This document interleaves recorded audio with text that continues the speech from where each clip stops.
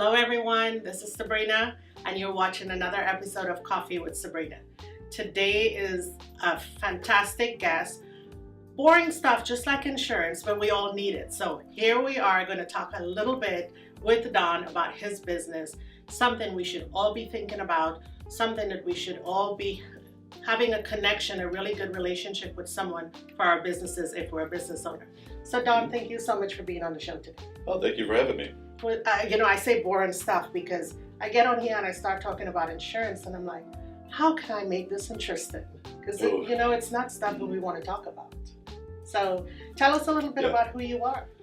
It can be boring, but like you said, too, it's a necessity. So C3 is an IT consulting company, and we've done a few things over the years. So 2025 will be 15 years we've been in business. Wow. So time flies. We're sometimes older than we think we are. Yeah. It can sometimes be shocking to go back and look and think, wow, we opened in 2008 or 2009. Yeah. The background for that is I spent about 8 or 9 years as a sales rep for a telecom company. And the current firm, C3, initially started to generate cost savings for telecom. And we sort of evolved since that. So I can back that up a little bit. My longtime business partner is a guy named Jody Cloud. And Jody is a friend and a mentor. So I've been fortunate enough to have that. Wow, that's nice, yeah. It's something that's been there for me for a long time, but it comes up a little bit, when people talk about small business. It's always better or maybe easier or very helpful if you have, somebody to sort of go first, right. Or a mentor or colleague to kind of pull you through some of the details. So you were working for a different company before you started your own business? Yes, several. Wow. Well, What made you start C3? Oh, so yeah. So it was, I worked for Jody doing something else here. So I moved to Dallas after I graduated college and was trying to find employment. And I really fell into some sales jobs because that was what was available at the time. And I ended up working for him, back in the late 90s. Yeah. So dating ourselves, I'm like, that doesn't Right, sound like that long ago. But I'm like, gosh, that was 25 years ago, wasn't it? Wow. But he was doing some sort of cost savings utility work back then. Yeah. And I was referred to him through a mutual friend. He hired me as a salesperson. And we sold a ton of business and made some money. We kind of got to be friends. And I worked for him for 3 years, I think, until the particular project we're working on sort of dwindled down. It was a utility audit we did for nursing homes that was unique to a couple of states. And after a couple of years, we got to the point where we had called everybody. There was nothing else to do. So we spent the last 6 months going, all right, so what's next, And we could never quite figure it out. So ultimately, he moved to Florida, and I stayed here. And I needed a job. So I actually got hired by AT&T in 2000. Oh, and that kind of kicked off my technology career because I had not done anything technology before that. AT&T was interesting back then. It was sort of a different time or a different animal. Around that time, AT&T was trying to build their own army, so to speak. They were finding young salespeople that had experience that didn't have any kind of a background in anything tech related, and they were trying to train them on the ways of AT&T. Yes. So, man, that was also probably the hardest job that I've ever gotten that I applied for. I think there was something like 7 or 8 interviews. Man, multiple phone interviews, and I ultimately had to go in for what they called a roundtable interview, which means there was 15 or 20 of us in this conference room. And it was loaded with all this AT&T management, and we had to go around the room one at a time, get up and introduce yourself, your background, and all that. And I'm like, golly. But when I started there, it was kind of bittersweet. I thought, okay, this is, a world-class job with a company that's a brand that's known around the world. But then at the same time, I thought God, is this going to be the rest of my life? Am I going to be spending, the next 30 years sitting here at a cubicle at stupid AT&T and just driving home to my house and this is it. So it was sort of like exciting because I'm in the big leagues, but at the same time, it's just the beginning, the first day of the rest of my life kind of thing. I don't see you to be, from what I know about you, I don't see you to be a cubicle kind of person. Oh, no. That was, I did that just long enough to survive and learn the skills, to move on. I was shocked though when I got there to realize how competitive and how cutthroat it was. I thought they hired these people and they worked there forever. So there was, 10 or 11 of us in my initial class that got hired, and 18 months later, I was the only one that was left selling. Everybody else had either quit or been fired, and one guy transitioned into some other role. So it pretty quick into that, I'm like, oh boy, this is, it's you're only as good as your last month. Right. And they weren't playing around. Once 6 or so months in. You're either selling or you're not. So it was sink or swim early on. So that was kind of a shock.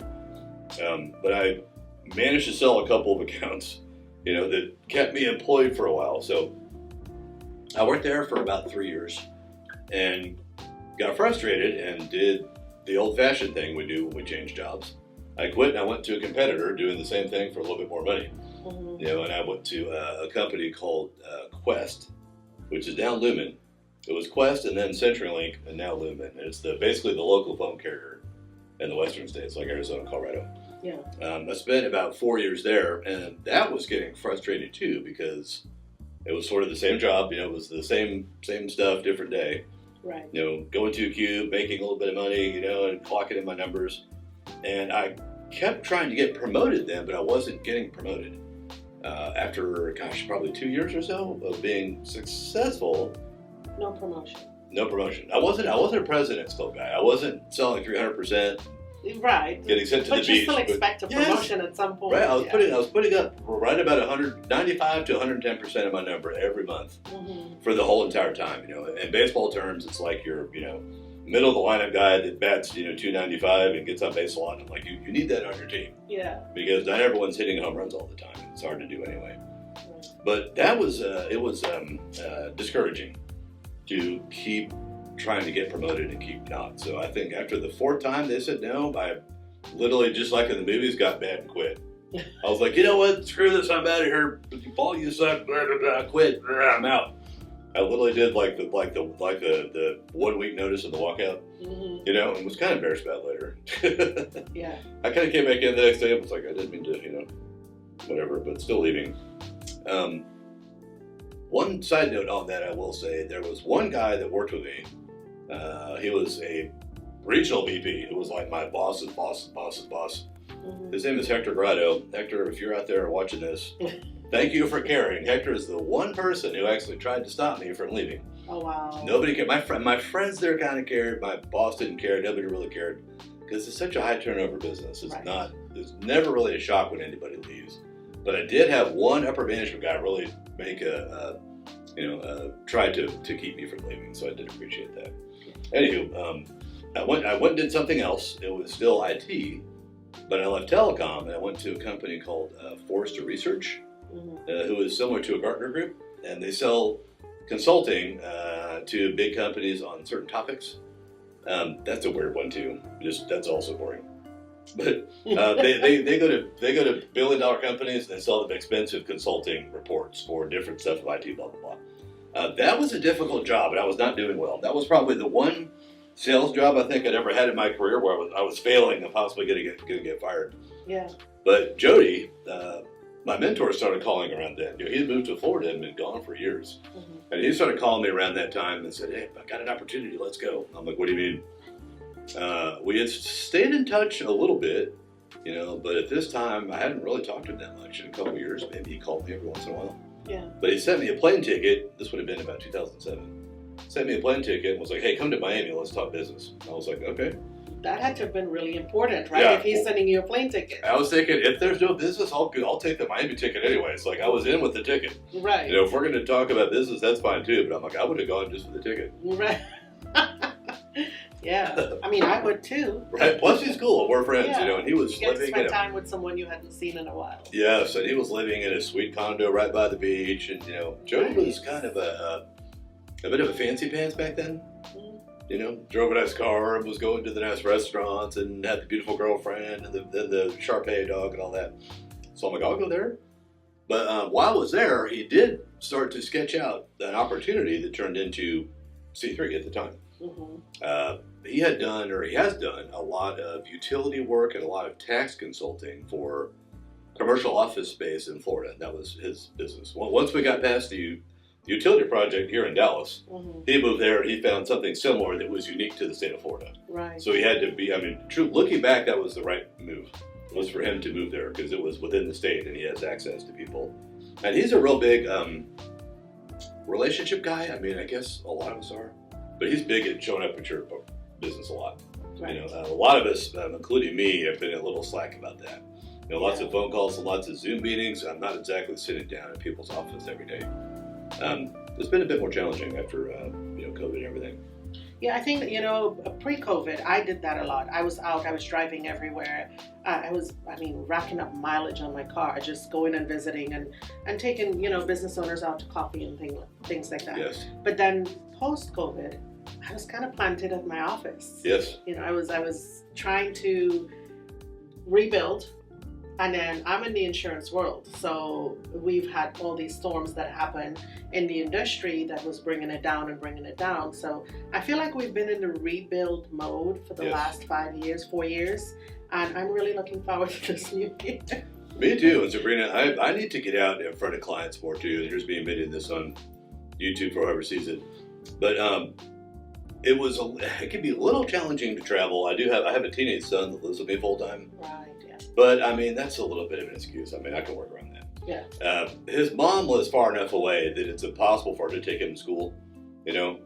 She's 30 minutes away and school is down the street. Right. So it's just not realistic. In all fairness, I wouldn't expect her to drive an hour and 20 minutes or something every day. Yeah. How old is your son? He turns 15 in March. Wow. So we're real close for him being able to drive. Yes. So when that happens, my whole life changes. Right. Is he excited about that though? Not really. He doesn't seem like it. I think he kind of likes being spoiled, not having to do things right now. Drive. Yeah. But I am. I'm excited about it. Right. Yeah. My son was the same. Who renews a permit? He got his permit and renewed it. I'm like, child, you can go get your driver's license now. He's like, yeah, but why do I have to do that? Yeah. I'll just renew my permit. Yeah. Well, my son is super responsible. I haven't really taught him to drive yet. We probably need to start on that, now. But the driving part, I'm not that worried about. Max is, he's kind of a deliberate guy. He's not really a rule breaker, Right. And there's moments where I'm like, are you sure you're my son? It's like, you look like me, but we're not the same at all. Yeah. He's an old man version of me, I think. Wow. Anywho, so I'm not very worried about his driving safety. I think he'll be fine. Yeah. Good. But we'll get back to your business, but I wanted to ask, you said you moved to Dallas. Where did you move from? Oh, yes. I grew up in Kansas City. Oh. So Kansas City is my hometown. I was born and raised there. Yeah. A bunch of my family is still there. Let me see. My mom and dad have been married for like 120 years. And they are still living in Overland So you're Park. about what, 98? Yes. Yeah, okay. That makes me, they'd be at about, 95. But they're still in Overland Park, Kansas, where we grew up. And most of my extended family is too. So my dad was the oldest of 4. So I have tons of cousins and their kids and all that. And looking back, about the only 2 people that moved was my sister and I both took off. Wow. Looking back, your sister here? I know she's in Phoenix. Oh, wow. And she's older, and we're super close. Yeah. But looking back, I feel kind of bad. I'm like, all the kids and all the nephews and all the cousins are there except us. We both took off and went to other cool cities. But Kansas City was, I don't know, I was ready for, the whole bright lights, big city thing was kind of important to me. Mm-hmm. Kansas City in the 90s, in my opinion, was kind of flat, kind of boring. Right. And I wanted to see the world to do all these things. Dallas was a good pick, though, because it's not very far. It's only about a 9-hour drive in the car. Yeah. And Dallas still is the pick. So many people are moving into Dallas, It's wild. Yeah. In the last 5 years, there's literally something like 1 million people moved to Dallas in like the last 4 years. Yes. Like, what is going on? Yeah. It was easy to visit. One of my best friends from high school, his parents moved to Arlington, Texas, right after he graduated. And he went to college at University of North Texas up in Denton. So we would drive down and visit. It's only like an 8.5 hour drive. So me and 2 buddies would get in the car and drive down here, and stay with him and go run around. So my initial plan was to move all over. I thought, okay, I'll go to Dallas for a bit, and then I'll move to hopefully Austin for a bit. I could maybe go to Phoenix where my sister lives for a bit, or maybe end up in Los Angeles or someplace. And I got here in like 1997, and here I still sit. Right. So I never quite did it. So Dallas has been good to me. Well, I got here in 1992 from Trinidad, the Caribbean, and I just can't see anywhere else being home. Right, it's like we've been here for a long time now. Yeah. It's really that there's the two things here in Dallas that I think set it apart compared to other places I visited, because there are things we don't have. We don't have a beach. Right. We don't have a lot of scenery for stuff like that. I mean, that's okay. Yeah. But man, it's the people. Number one. I mean, I'm a pretty extroverted person. You are too. Yeah. Well, yeah. You at least I think you are. So it's a learned skill. Oh. I'm an introvert. So when we were talking earlier, I was going to tell you I'm such a homebody that when I leave my office, I just want to go home because I need to decompress from the day of doing this. Yes. Speaking to people all day. So yes, like people who know me today know they think that I'm an extrovert because it's a really good learned skill. I thought you were. Yeah. Quick side note on that too. I read this online a while back, and I've kind of wondered about some of the differences with introvert and extrovert, because it applies to everybody. I mean, I look at my sister, my son, and friends and girlfriends and stuff, and everyone's a little different. But one thing I read that always stuck out was to relax. The extrovert to relax gets together with friends. For an extrovert to relax. Yes. Get together with friends and you go to dinner, or you go have some drinks, or you go see a band, or you go to a movie, or you play cards. Yes. You get together with people and you kind of like shake off.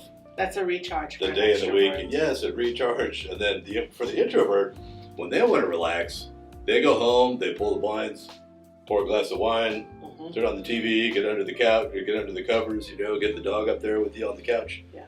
That's kind of the difference for the recharge. 100%. So I am an introvert, 100% introvert, and so that's what I want to do. Yes. So I have a couple of friends that know, and they'll try to pull me out of that because they think, oh my God, she's been home for 2-3 days in a row. Like, that's not normal. We need to go. No, just leave me. I need to recharge. Yeah. But I don't know. I read this book. So I was kind of, when I was learning to be an extrovert, it was really hard because I would rather, like what you saw in class where I met you, I would have never been that person. I would have stayed by myself. I mean, they force you to kind of get together with people in class, right? Yeah. But what you saw, that's all a learned skill. So when I was going through that of trying to do this, to be able to speak to someone, if you're a client and you're sitting in front of me, I'm fine. But for us to meet like this and just have a discussion, I couldn't do that. So I read this book. It's called Quiet by Susan Cain. And it's for introverts in an extrovert world. Because introverts feel extroverts take over the world. Yeah. Right? Because they're so loud and they're so, they're always out there and they're so outgoing.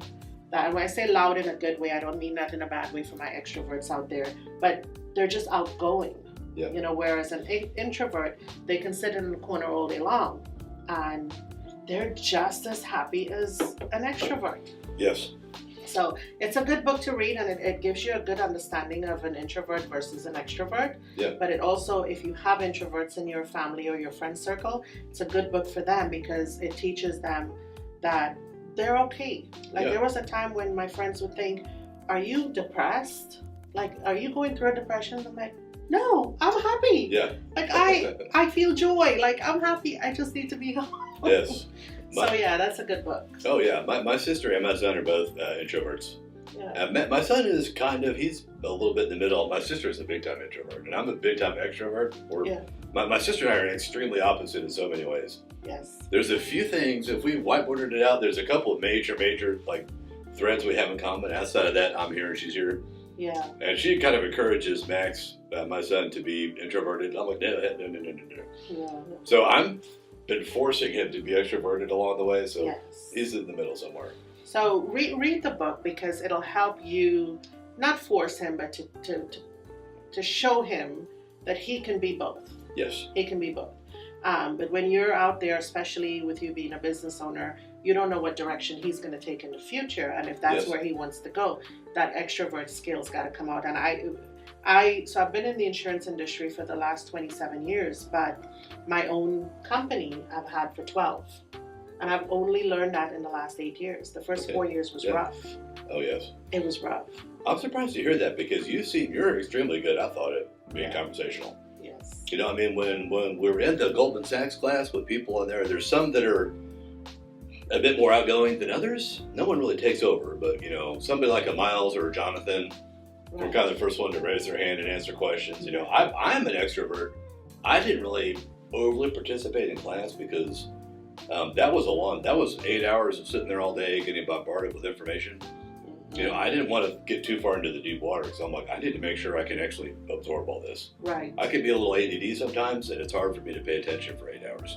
You know, so I dialed it down a bit, but usually that'd be me doing that. But, you know, I thought you were totally friendly, not going to everybody. You know, you come up and say hi to everybody, and I got to know you early on. Yeah. And you're super chatty. When I sat down with you, you were asking me questions. You were super chatty. So yeah, it's all in you're faking it extremely well. Thank you. Thank you. I'm a good learner. Yes. Wait, let me circle back to the business thing too. Yes, please. I got a little off track, which is what I do. People that know me know that. We've got about 10 more minutes, so we need to know a little bit more. Yes. Okay. So anyway, went to Florida, met with Jody, and we put together the blueprint for C3. And Jody was doing, as I mentioned, utility savings work at the time. Mm-hmm. And at some point along the way, he had hired a telecom consultant to do an audit for one of his tenants' phone bills. So Jody would do utilities for commercial office space. So he would get these enormous tax refunds and tax rebates, you know, for these 40-story skyscrapers, and money would be returned to some of the tenants. So he got to know some of the tenants in the buildings. Right. Some law firms and stuff that he got to be friendly with. And, you know, Jody's always thinking, you know, what else can we do to create savings? Or are there other ways to make money or help our clients? And he sort of, you know, threw his hat into the ring with a couple of telecom audits. You know, he hired someone to come in and do it. And the first one he did, God, they billed something like $100,000. I found a ton of savings for the client. So he basically said, I'd like to do the same sort of cost share savings model business, but for telecom. And he thought, who do I know that does telecom? He's like, well, duh. Yeah, Don me. does, I've been there at AT&T and Quest for like 8 years. So that's really how we put the business together. So Jody really did get us started. You know, we got our paperwork filed. He funded me for the first like 6 or 8 months. In other words, he put a little money out there so I could pay bills to get started. Exactly. And he kind of walked us into our first couple of clients, and we kind of took off from there. So I want to ask you, you trusted him because that was your mentor, friend, you've known him for a long time. But all in all, it's still your own business. Did you have some fear of getting into that? And how did you overcome that? Yes and no. The fear that everyone always has is just plain old failure. Right. Failing could be, did I really try and do something I thought I'd be good at and not? And then are you ashamed or horrified that it didn't work out? But, you know, a lot of businesses, there's a staggering percentage of new businesses that do not work out and go under. It's something like 80%. I'm making up a number, but it's something incredibly high. So we've survived for 15 years. This was the first, you know, version of this business that's gone this long.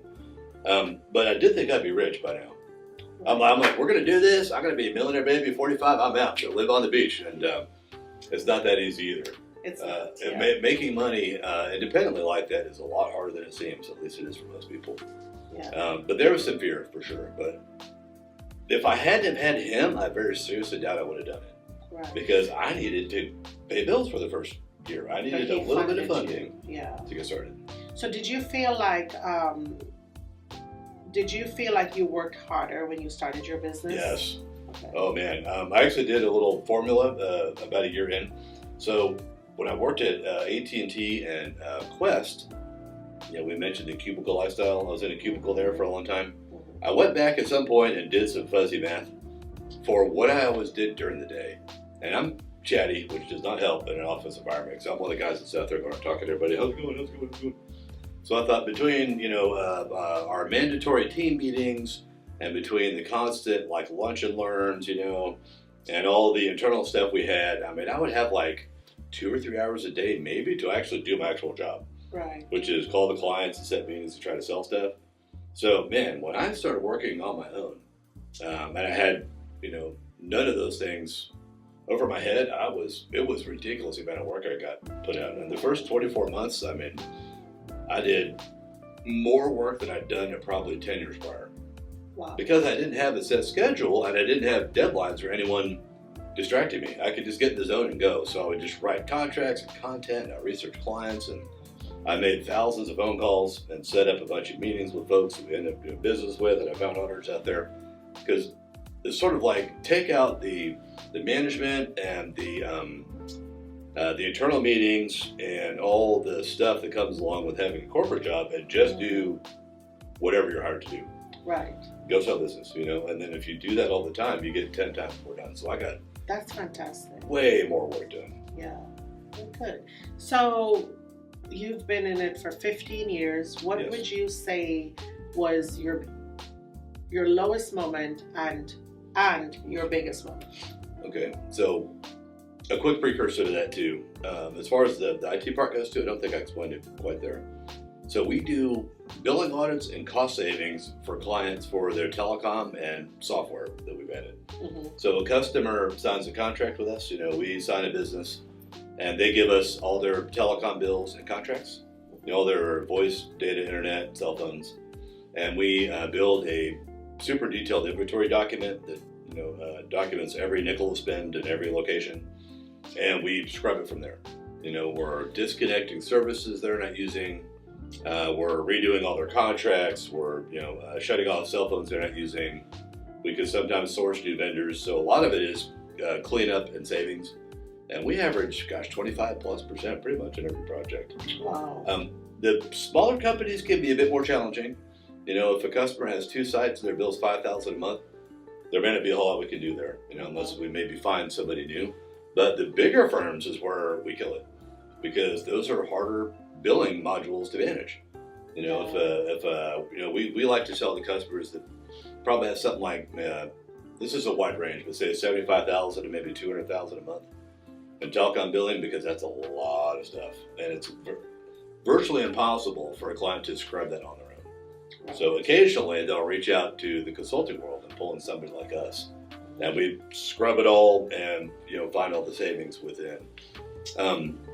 But see, lowest moment, best moment. The one of the lowest moments for us, I think, was probably around the time COVID hit, for sure. Mm-hmm. We were humming very along at that point, and we do very well if we are really kind of not constantly but consistently selling new business. We need prior to now, we needed 8 or 9 contracts a year probably to probably get something done, or just to do well for our clients and to pay our staff and everything. So it was just a lot of prospecting and selling, but it was moving right along. Right. But when COVID hit and everyone was at home, nobody was buying anything. Nobody was responding to emails. Nobody was picking up the phone. Yeah. Fortunately, we had a little customer base to work on, but we sold zip for about 18 months. And there was a moment in time around then, I had closed up my office and started officing virtually. That was sort of a coincidence. I had an office lease that was expiring in July or August of 2020 anyway. Mm-hmm. So COVID was starting to come up around then, and I went ahead and just let it expire. So I thought, man, I have a teenage son that lives with me, and if they close his school, yeah, you have to be able to. I have to work from home, and I'm going to be paying $1,500 a month for an office anyway. So I kind of let the office go. And I think at that time we still didn't know what was going to happen. So. And his school was closed for like the first 6 weeks, so yeah. That worked a little bit. Yeah. But anyway, so it was extremely hard to sell new business, and there were moments in time in probably 2021 where I thought I got too good at something else. Right. Things I didn't think it was sustainable. So we managed to dig in and find sort of other ways to survive. And in other words, we introduced some new services. So instead of just doing telecom, we added software to the mix. And software is the same concept. The customer gives us their bill copies, their purchase orders.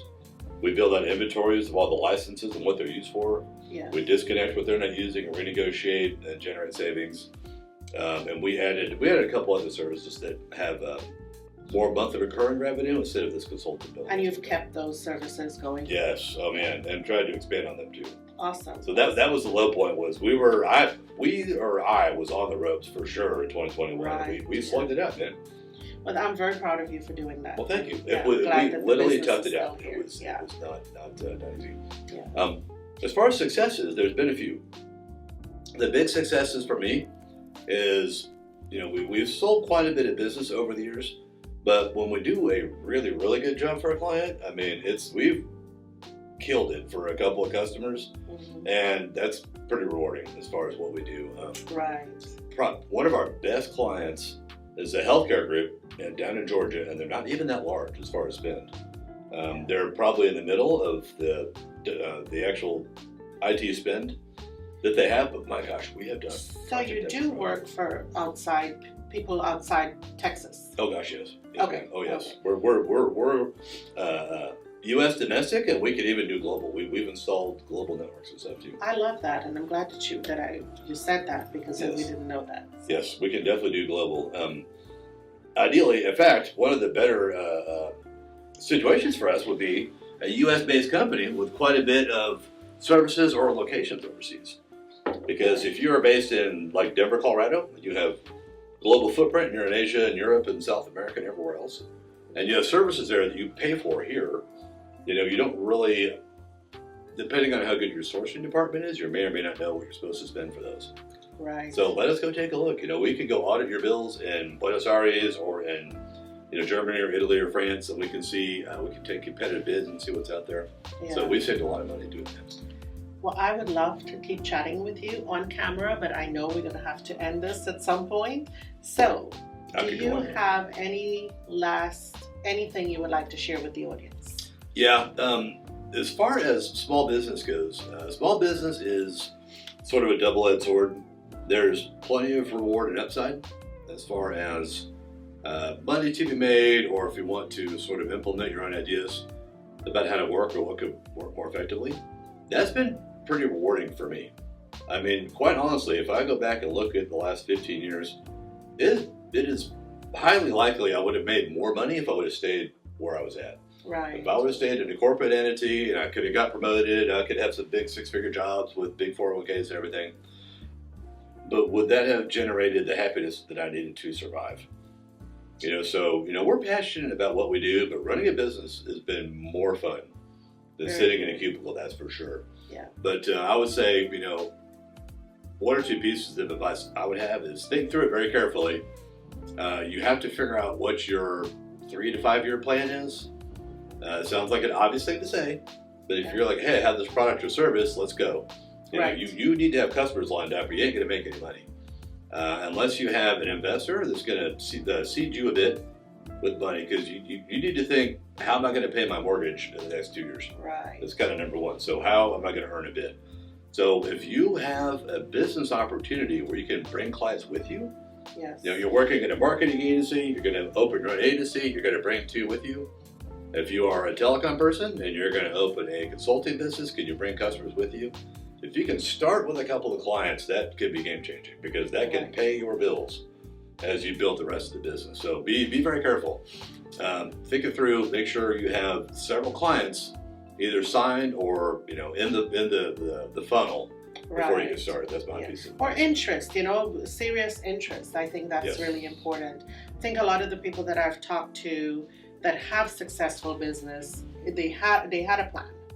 Very few just walked into it, and say, "Oh, this is what I'm going to do." Yes. You always have to have a plan, and I love that you said that. At least have a plan and know where your clients are going to come from.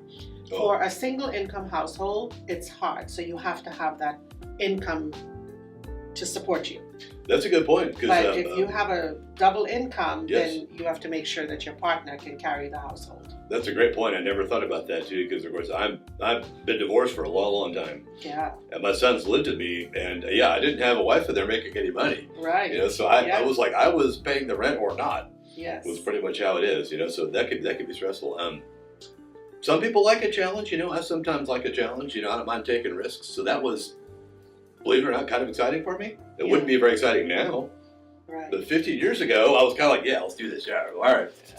I need to go sign something. I need to go do something right now so I can pay the rent in April, Right. I kind of like that then. I was a bit more of a gunslinger then than I think I am now.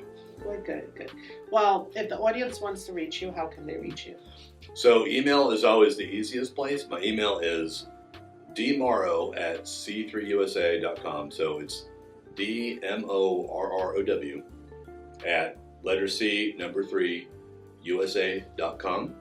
Or call or text me. My phone number is 214-850-6067. And all of that will be at the bottom of this video also. So, Don, thank you so much for being on the show today. Well, thank you for having me. It's good to see you again. Yes, you too. And I look forward to doing more of these. Yes, most definitely. Me too. I need to flex my interview skills. Hopefully this will get me ready to go. This is warming you up. Yes, thank you. This was a good warm up. Well, guys, thank you again. You've just watched another episode of Coffee with Sabrina. All of Don's information will be on the bottom of this video. Please give him a call if you have questions. He's very open to answering questions. Until next time, bye-bye. Thank you.